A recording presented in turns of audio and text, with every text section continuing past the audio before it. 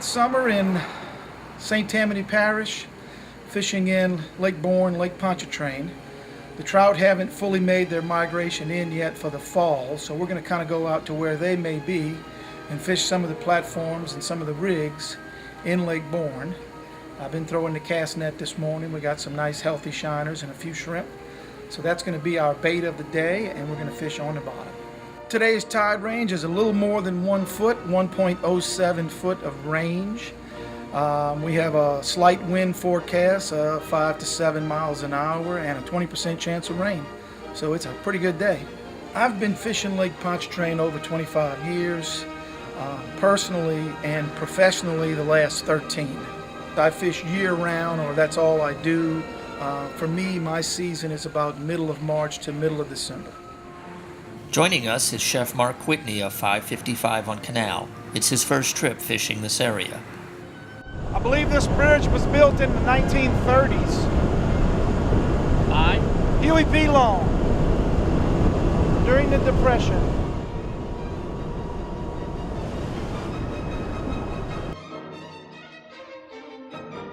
Our first stop looms ahead, and even without a GPS, it's pretty hard to miss.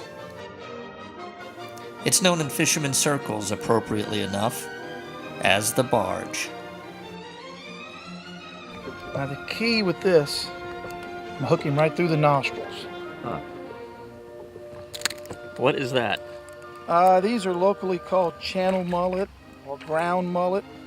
Good size. I believe that technically is a southern kingfish, often found in the grocery store under whiting. Chef Mark lands a white trout, not the speckled one we're looking for. I tell you, Mark's trying to keep up with me. There you go. Keeping up at one fish each isn't exactly a challenge. We stick around the barge long enough to realize that the waters surrounding it are as empty as its passenger list. So we move on to the Biloxi Marsh, hopefully a more fertile place to find fish. And it doesn't take long to find out.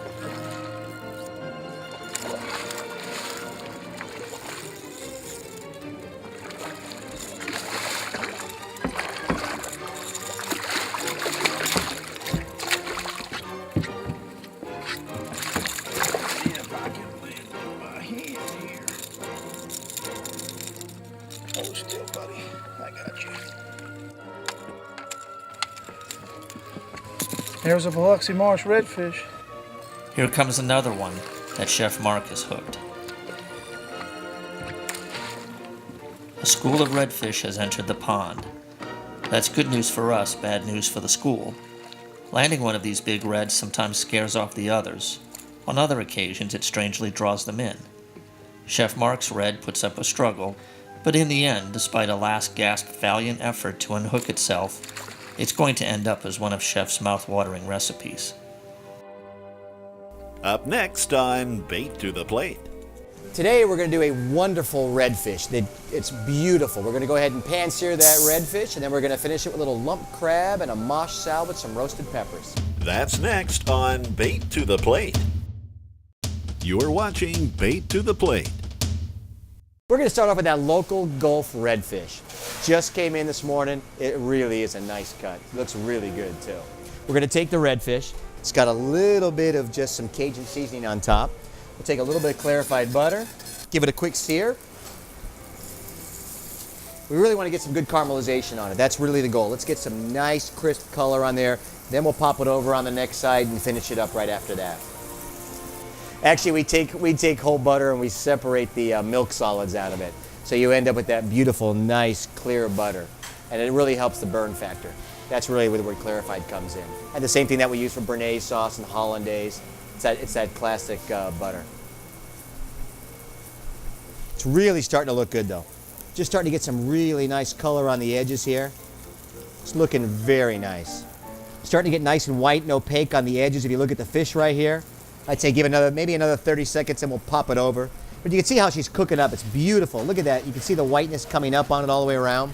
Give it a quick flip here. Look at that beautiful color on there. I don't want to grab it, but it's just beautiful color. It's nice and tight. Seared really well. It really does look good. That looks awesome. And we'll go ahead and let's give it a good minute and a half now on this side, and she's done. It'll be ready to go. Looks really nice.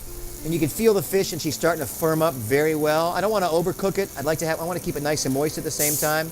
But you can tell how it's just starting to, it just barely springs back. So it's just about ready to come off. I mean, it's looking really good.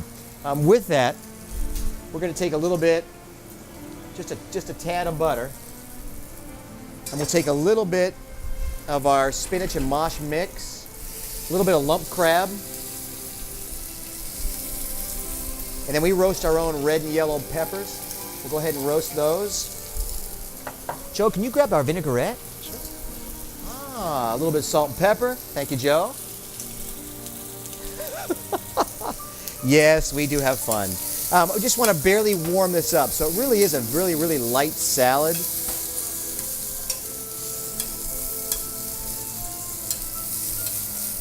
So basically, we wilted the spinach and the mosh. We've warmed the crab up a little bit. All right, beautiful. Just barely springs back, nice and tender in the middle. You can see the beautiful moisture coming out of the fish itself right here. This has become our top seller. Last year we took it to NOFI, the New Orleans Wine and Food, and we took the overall best of show doing that redfish last year. And it really has become the #1 seller in the restaurant. It's a great item. People are quite upset when we don't have redfish in. So, a little bit of fish.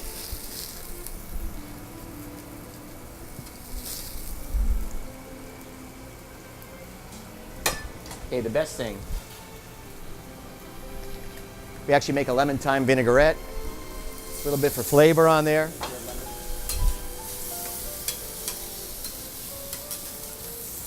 Right on top.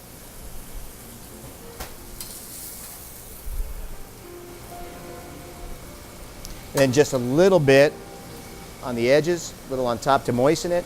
And then we'll finish it. We take a lemon and we'll grill our lemons. And it really, if you look at the lemon, it really softens it up. You can see how the grill really brings out the juice on that. And we'll just a little garnish on the side, and you're ready to go. The dish is actually called our local wild redfish with a little bit of spinach and mosh and a lump crab salad. And it's one of our top sellers here in restaurant 555. 555's recipe for seared redfish with mosh salad and lump crab meat, as well as other recipes featured on the show, can be found by visiting our website, baittotheplate.com. Coming up on Bait to the Plate, trolling the trestles for trout with Chef Frank Brightson, his wife Marna, and Captain John Falterman Jr. Then we visit Chef Frank at his landmark uptown restaurant for a delicious fried trout recipe. That's next on Bait to the Plate.